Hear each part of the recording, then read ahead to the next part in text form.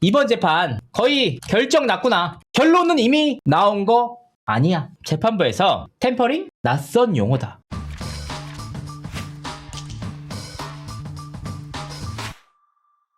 시청자 여러분 안녕하세요, 이진호입니다. 오늘 모처럼 뉴진스 건을 다루게 됐는데 정말 오랜만인 것 같습니다. 정말 제가 생각하기로는 대한민국 K-팝 씬 가요계의 굉장한 비극이라고 판단을 하고 있는데, 대한민국에서 정말 원탑 걸그룹으로 성장하기 직전에 이번 사안에 휘말리면서 지금 벌써 2년 동안이나 활동을 못하면서 멤버들에게조차 관심이 사라지고 있습니다. 오늘은 어도어에서 다니엘 씨와 다니엘 씨의 어머니 그리고 민희진 씨를 상대로 431억 원의 소송을 제기했던 소송에 대해서 변론 기일이 첫 번째 열렸는데, 관련 내용에서 대해서 다뤄보고자 합니다. 취재를 하면서 굉장히 안타까운 것은 정말 뉴진스 멤버들이 인기가 많았잖아요. 근데 이번 사태가 정말 대한민국 사회적 이슈로 떠오를 당시에는 소위 말하는 뉴진스 1타 강사가 정말 많았어요. 그런데 민희진 씨의 풋옵션 소송 결과 이후 정말 귀신같이 모두 다 사라졌습니다. 그렇게 맞는 게 두려우세요? 왕관을 쓴 자 왕관의 무게를 견뎌야죠. 다들 지금 찍소리도 못하고 있는 모습 보면서 제가 사실은 다른 건으로 취재를 하고 있었는데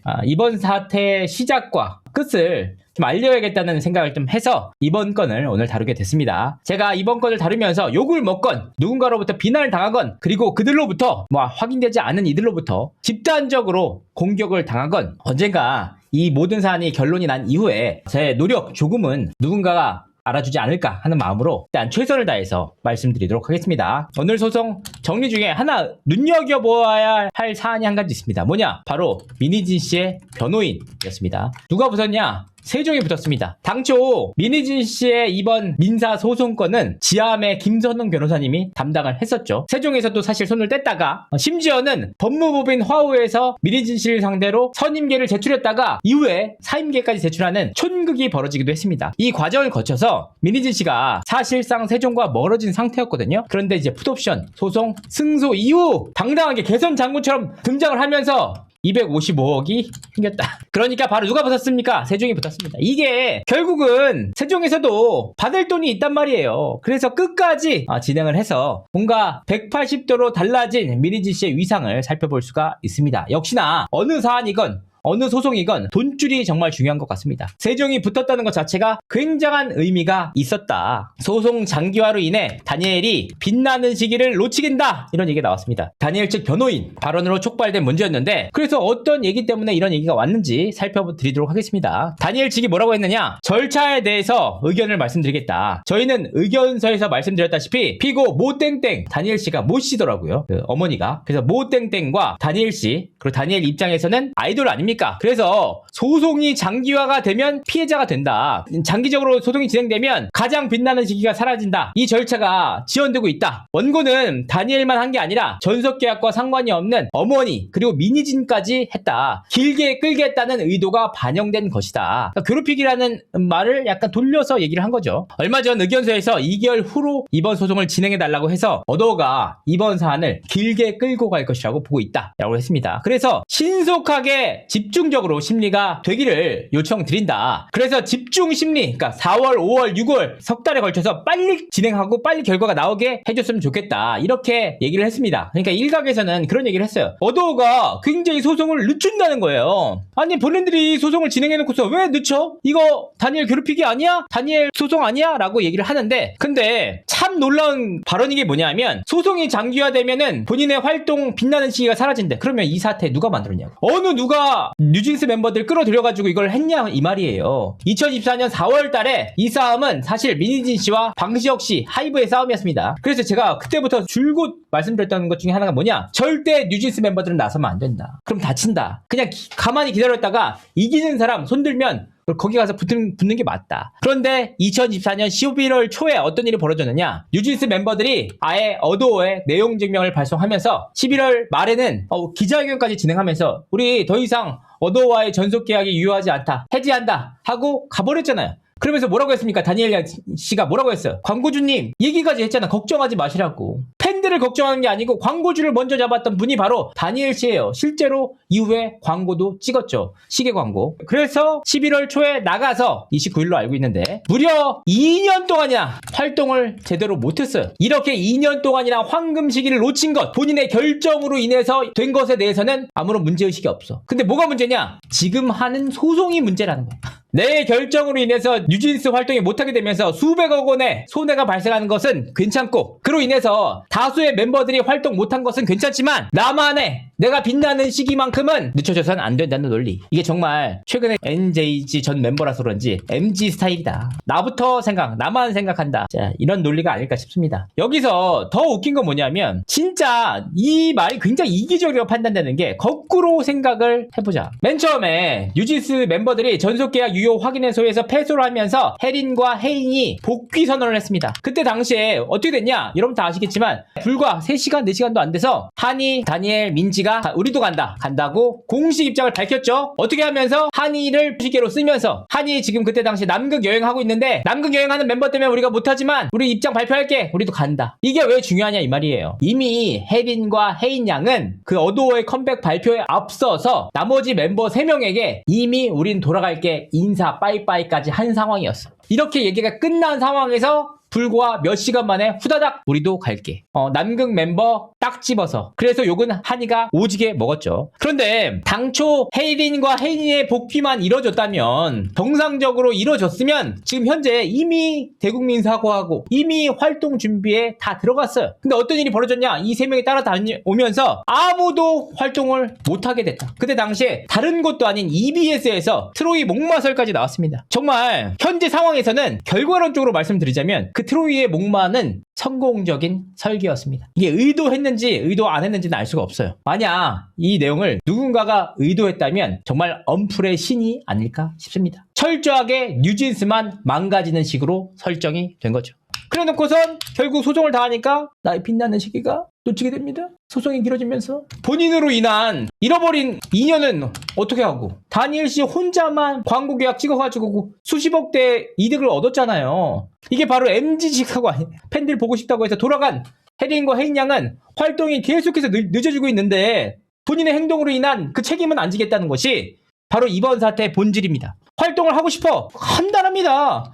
331억 내면 돼요. 본인의 행동에 대해서 책임을 져야죠. 이미 법적으로까지 어도어와 하이브의 귀착 사유가 없다고 나왔는데 손해배상 소송이기 때문에 다니엘 양이 활동을 하건 안 하건 상관이 없어요. 피해액에 대한 손해배상 소송인데 떳떳하면 그냥 하면 됩니다. 근데 다니엘 양이 뭐라고 하냐? 우리가 만약에 활동하게 되면은 분명히 시비를 틀 거라는 거야. 아니, 자신 없어? 당당하지 않아? 광고주님, 걱정하지 말라며. 뭐가 문제예요? 자신 있으면 그냥 활동하면 되잖아요. 그 추가적인 소송 걸릴까봐 못하는 거 아닙니까? 떳떳하고 문제 없으면 그냥 활동하면 되는데 이런 부분에 대해서 책임을 어도어와 하이브에 떠넘기고 있다. 이번 재판에서 또 뭐가 있었냐면 재판 지연 책임은 누구에게 있나? 재판을 계속해서 어도어, 하이브에서 늦추고 있다는 거예요. 사실 여기는 완전히 근거 없는 얘기는 아닙니다. 왜냐? 어도어와 하이브에서 소송을 진행했잖아요. 그러니까 원고 측에서 입증 책임이 있습니다. 그럼 니네들이 소송했으면 김현장까지 쓰고 있잖아. 빨리 다 준비해. 후다닥. 그러면 빨리 소송이 진행되는 거 아니야. 근데 왜 그래 놓고서 우리가 빨리 진행해달라는데 와 안 해줘. 그러니까 결과적으로 이 소송 자체가 너네가 431억을 받겠다는 그 손해가 발생한 부분에 대한 손해배상 책임을 묻기 위한 것이 아니고 괴롭히기, 보복 소송 아니냐, 이런 의혹도 불거지고 있습니다. 과연 이번 일에 대해서 재판부와 원고 측, 피고 측이 어떤 이야기를 나눴는지 살펴보도록 하겠습니다. 첫 번째, 어도어는 핑계고 별론 기일이니까 다음 기일 전에는 부분 정리될 것으로 예상되기 때문에 4월 계획을 오늘부터 세우는데 문제가 없다. 어도어 측 사정에 의해 지연되는 건 문제다 라고 얘기를 하는데, 어도어 측 김현장이 뭐라고 하냐? 핑계라고 자꾸 얘기를 하는데 타 사건 진행하는 비용이 밖으로 유출돼서 애로사항이 있었대. 다른 절차도 진행하고 있다. 그리고 여기서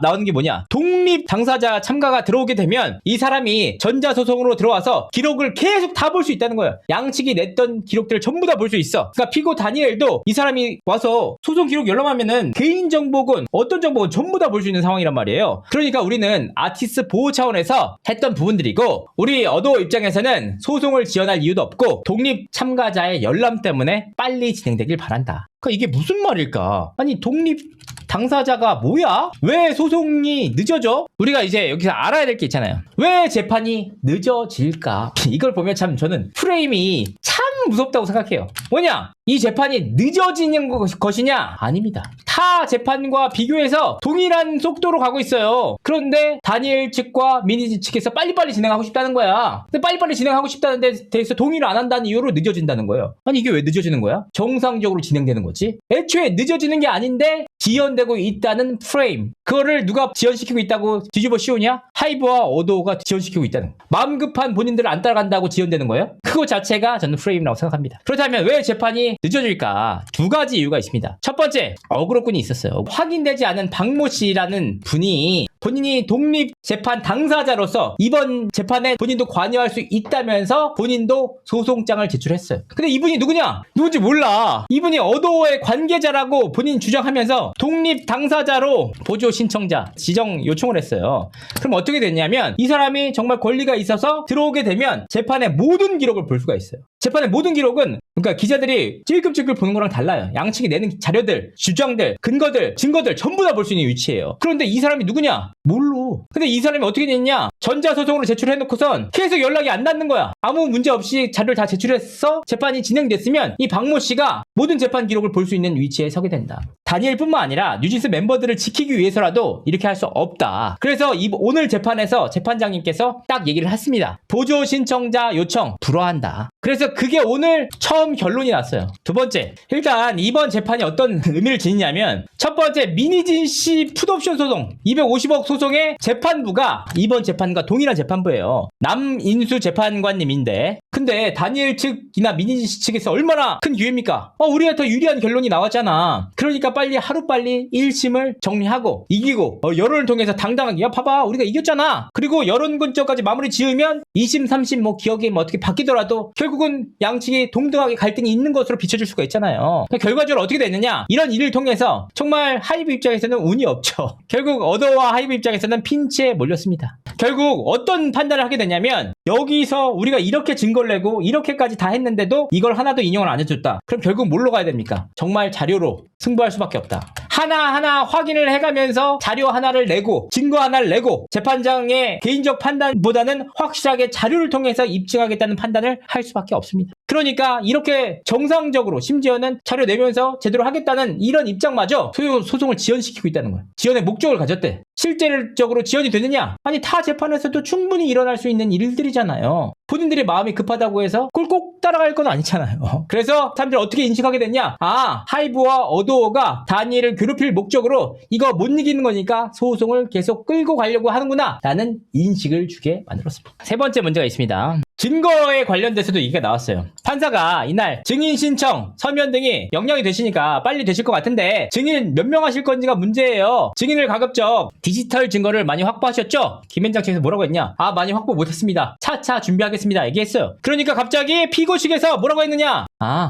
어머니를 통해서? 어머니를 통해서 확인을 하던 누구를 통해서 확인하건 자료만 얻으면 되는데 그랬더니 이제 어도어 측에서 아닙니다. 명백히 아닙니다. 라고 얘기를 했습니다. 굉장히 자료의 실체에 대해서 보는 게 아니고 누구를 통해서 나갔는지 확인을 하고 있어요. 이 내용들이 왜 중요하냐? 사실 민희진 씨의 기자회견을 통해서 우리가 확인한 한 가지가 내용이 있죠. 민희진 씨가 기자회견하면서 어떤 특정 멤버의 가족들을 싸잡아서 그 사람이 문제라고 대대적으로 문제 제기했습니다. 그 멤버의 어머니와 관련된 자료만 공개했고 그 멤버의 가족 때문에 일이 벌어졌다고 대대적으로 문제 제기를 했습니다. 그런데 굉장히 공교롭게도 증거들을 보시고 난 뒤에 한 특정 멤버에 대해서 집중적인 문제 제기가 이뤄졌고 오늘 재판에서도 자료 엄마들 통해서 얻으셨어요? 라는 얘기까지 나오고 있다. 이 발언들을 직접 듣는 당사자 입장에서는 굉장히 압박감을 느낄 수밖에 없죠. 반면 어도어나 하이브 측에서는 이번 사안을 어떻게 보냐? 누가 자료를 제공했는지를 숨기고 싶을 거예요. 왜냐? 그 멤버들이 공격당할 수밖에 없으니까.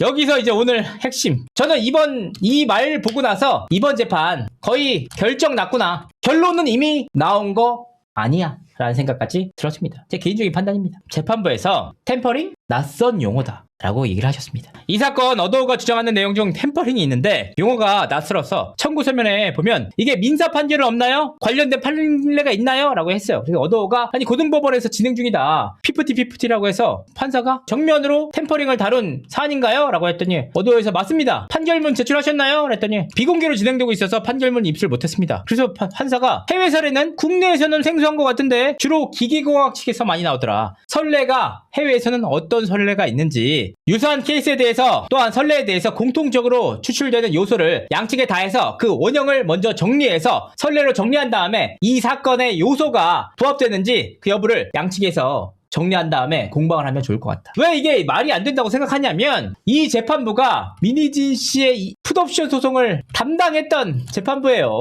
근데 이 풋옵션 소송을 담당하면서 수십여 차례가 넘는 100여 차례도 넘도록 템퍼링 신나는 노래 계속 얘기를 했는데 1년 가까이 재판이 진행되고 나서 템퍼링이라는 용어 생소한데 부합하는 거 맞나요? 라고 얘기를 하셨으면 그러면 이게 뭐예요?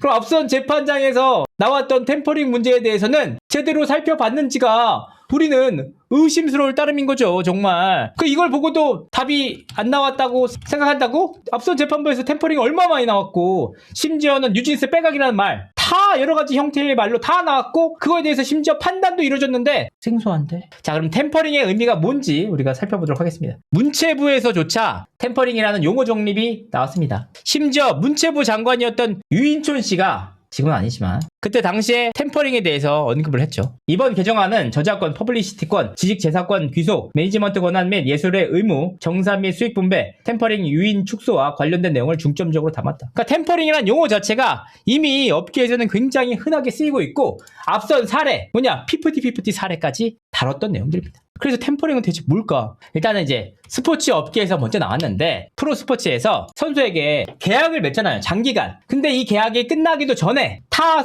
구단과 접촉할 수 있는 기간까지 주어지거든요. 그 기간 전에 양측의 어떤 구단의 허락도 없이 다른 소속사로 옮길 목적으로 접촉을 하는 행위, 이 규정을 바로 우리는 템퍼링이라고 합니다. 아니 어떻게 255억 소송을 담당했는데 다른 것도 아니야. 근데 그게 아니니까 저희가 이게 결론이 난 게 아니냐는 생각을 하는 거예요. 더 놀라운 거 하나 말씀드리도록 하겠습니다. 이 재판부가 뭐라고 하냐, 공학에서 많이 쓰인다. 이 판사님도 검색을 해보신 거죠. 보니까 템퍼링이 두 가지 내용이 있습니다. 한글로도 이 템퍼링이 스포츠 선수 멤버 빼가기 의미의 템퍼링이라는 거예요. 나무위키나 이런 거 딱 보면 처음에 나오는 게 FA 선수 및 아티스트가 소속 클럽에 동의 없이 접촉하는 규정 행위 위반이라고 나오거든요.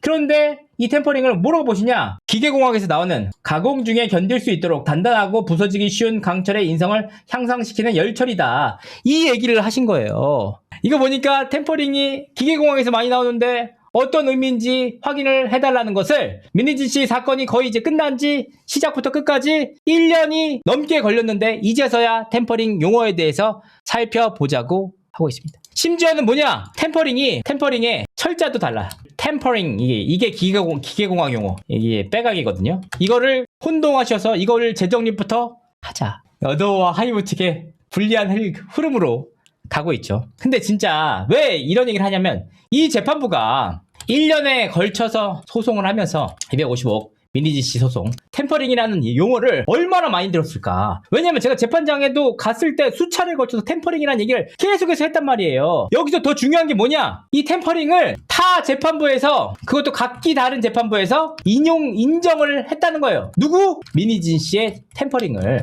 그런데 타 재판부에서 명확하게 판결문이 있음에도 불구하고 타 재판부의 판결을 전혀 인용하지 않았습니다. 타 재판부가 확정 판결을 통해서 어떻게 결론이 났는지 살펴보도록 하겠습니다. 먼저 지난해 10월달 뉴진스의 전속계약 본안 판결에 대해 살펴보도록 하겠습니다. 민희진 전 대표는 뉴진스가 어도우를 하이브로부터 독립시키려는 의도로 사전에 여론전, 관련 기관 신고 등을 준비했다. 어도우가 하이브로부터 독립을 하거나 민희진 자신이 뉴진스를 데리고 하이브로부터 독립하려는 의도라고 판시를 했다. 심지어 이거는 멤버들이 항소를 안 하면서 확정된 판결입니다. 이게 뭡니까? 템퍼링이죠. 두 번째, 지난해 6월 뉴진스 전속계약 가처분 항고심에서 재판부가 어떻게 했냐, 이땐 굉장히 강하게 얘기했죠. 민희진은 현재 통합구조의 기초를 파괴하는 입장에 있을 뿐, 또한 민희진은 앞서 본 바와 같이 이 사건 전속계약의 전제가 된 통합구조를 의도적으로 파괴하고 있는 현재 상황에서 뉴진스가 미니진의 입장에 동조하고 있는 것이라고까지 했습니다.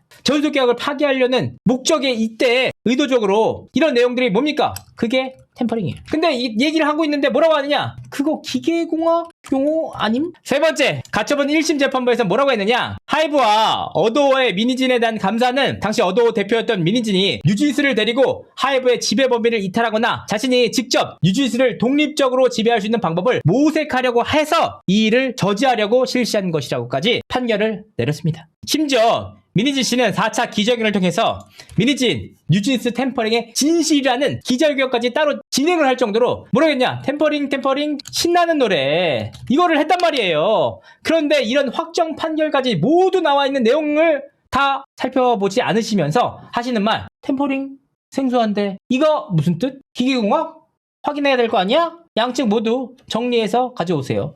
이렇게 얘기를 하면 이번 재판부가 미니진 씨의 255억 재판결을 내릴 때 인용한 문서, 용산서, 불송치 이유서, 인용하지 않은 것들, 앞선 서로 다른 재판부의 확정 판결문, 이거를 다 물리치고 용산서의 불송치 이유서만 가져다 쓰셨다. 그리고 나서 이번에 템퍼링에 대해서 물어보셨다. 이 정도면 결론이 나온 게 아닐까 싶어요. 제 생각입니다. 자, 이제 여기서 중요한 게 뭡니까? 이제 앞으로 K-POP 중소기획사들 대표님들 여기서 다 확인을 하셔야 됩니다. 재판부는 템퍼링을 모릅니다. 밑에 있는 이사나 팀장이나 실장이 본인들의 아이돌들을 데리고 나가거나 혹은 다른 회사에서 본인들의 아이돌을 데리고 나간다고 하더라도 템퍼링을 인정받긴 어려울 수도 있습니다. 제가 봤을 때 이 내용만을 보고는 일단 1심은 거의 90대 10 정도가 아닐까, 거의 결론이 난 게 아닐까 생각이 들 정도의 발언이었습니다. 자, 여기 합의 가능성 논란에 대해서도 계속해서 문제제기가 이루어지고 있어. 어도어에서 합의 가능성이 있다, 합의 의사를 드러냈다는 거예요. 그래서 아니 합의 의사를 드러내? 431억 소송을 걸어놓고선 합의 의사가 있다?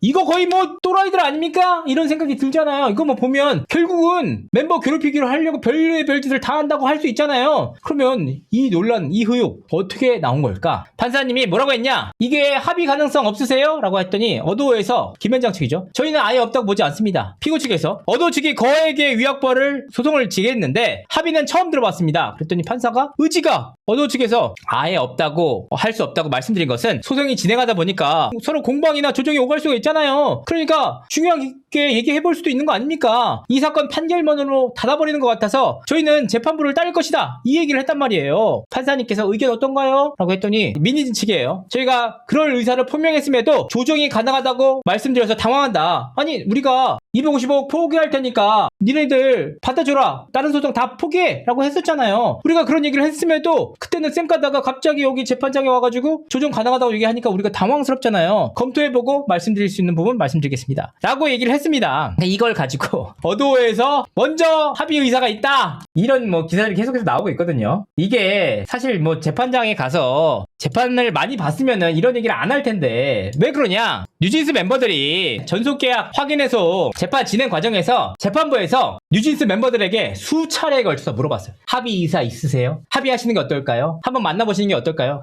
했을 때 그때 뉴진스 멤버들의 그 법률 대리에 대중에서 뭐라고 했느냐? 돌아올 수 없는 강을 건넜습니다. 어렵습니다 라고 했단 말이야. 직접 이 사건을 주재하는 판사가 변호인한테 합의 의사 없으세요? 라고 물어봐. 돌아올 수 없는 강을 건넜습니다. 안 돼요, 힘들 것 같습니다. 딱 잘라 뗐어. 그럼 판사가 뭐라고 생각해? 이 새끼 할 거 아니에요. 그러니까 당연히 하이브 측에서도 합의 의사 없으세요? 아니 뭐 얘기를 하다 보면 좋을 수도 있고 뭐 할 수 있으니까 얘기 나올 수 있으면 하겠습니다. 판사의 의도에 대해서 우리가 완전 막아놓은 거 아닙니다. 판사님의 재량에 따라서 우리는 합의도 할 수 있고 조정도 할 수 있고 다 나설 수 있습니다. 그 결과는 담보할 수 없지만 판사님께서 의사를 가진다면 오케이란 뜻이죠. 이걸 가지고 어떻게 합의 의사가 있다고 할 수 있어? 그냥 잘라야 되는 거야. 판사님 싫은데요? 조정? 합의? 우리가 왜 해야 되는데요? 미쳤어요? 아니 255억 뭐 포기한다는데 우리가 포기해야 될 돈은 400억도 넘는데 그걸 왜 합니까? 이렇게 해야 하이브와 어도어의 단호한 의지를 보여주는 거야? 정말 하이브 측과 어도어 측에서 합의 의사가 있는 것처럼 비춰지고 있어. 더욱이 하이브와 어도어에서는 멤버들에 대해서 언제든 대화할 수 있다고 수차례 걸쳐서 밝혔어요. 안 되는 건 누구냐? 딱 한 명이에요. 딱 한 명. 합의든 조정이든 안 되는 사람 딱 한 명 있어요. 민희진 씨 빼고는 멤버들과 언제든지 대화할 의향이 있다고 밝혔던 것이 바로 하이버 어도였습니다. 간단 정리해보도록 하겠습니다. 민희진 씨의 법률 대리인 세종이 붙었다. 지하함에 김선웅 변호사도 같이 있어요. 이 재판에 어그로꾼이 붙었다. 박모 씨 본인이 어도어의 관련자라고 주장을 하면서 이번 재판에 독립 당사자 지위 신청을 했습니다. 결국 불어됐죠. 불어. 세 번째, 재판이 늦어졌나? 아니, 정상적으로 진행되고 있다. 타 재판에 비해서 누가 빠르게 하고 싶냐? 다니엘 민희진 씨가 빨리 끝내고 싶다. 네 번째, 템퍼링이 무슨 뜻인가요? 낯설다. 낯설다. 다섯 번째, 합의 의사 있나요? 네, 재판장 지시에 따르겠습니다. 그랬더니 마치 단독 하이브 합의 의사 있어. 먼저 내비쳐.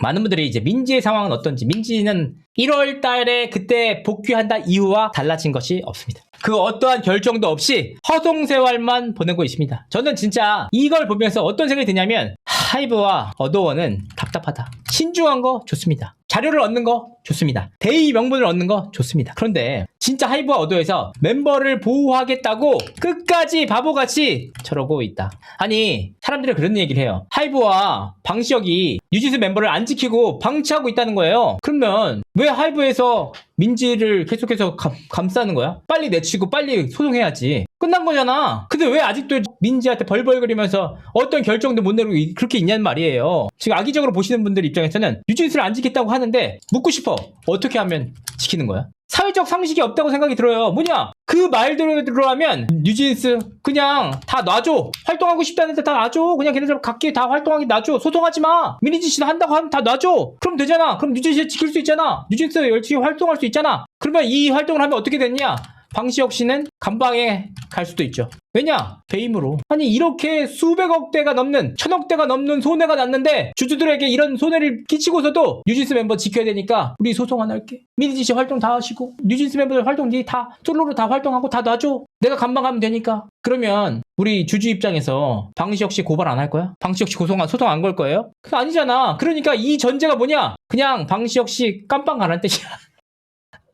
근데 현실은 뭐냐? 정말 끝까지 뉴진스 멤버들 지키는 게 누구냐? 하이버 어도밖에 없어요. 한이, 혜린, 혜인 나쁜 소식 나온 거 봤어요? 민지에 대해서 나쁜 소식 나온 거 봤어요? 하나도 없어요. 누가 지켜요? 그런데 돌아간 멤버들에 대해서 대대적으로 자료 공개하고 대대적으로 기자회견까지 해가지고 조리돌림한 누군가는 있죠? 그때는 왜 뉴진스 지킨다는 얘기 안 했어? 이제 와서 방시혁 씨가 깜빵을 감수하면서까지도 애들 왜 보호 안 해주냐는 논리라면 왜 그렇게 해야 되는 거예요? 왜 그래야 되는지를 이해할 수가 없는 거예요, 진짜. 결국은 민지 씨는 정말 특혜를 받고 있는 거예요, 특혜를. 그러면 민지는 왜 가만히 있는 거예요? 민지 입장에서 말씀드릴까요? 가만히 있는 게 베스트야. 민희진이랑 하이브랑 싸우고 있잖아요? 그럼 민희진이 이기면은 거기 따라가면 돼. 나머지 멤버 활동 아무것도 못하고 준비 아무것도 못하고 있는데 가만히 있다가 다니엘이 이겼어. 나도 똑같은 상황이잖아. 그럼 나 리스크 안 지고 다니엘 따라갈래? 민희진 따라갈래? 하이브는 끝까지 기다려줘. 그럴 수 있을는지는 모르겠지만 지금까지의 상황은 그렇다는 겁니다.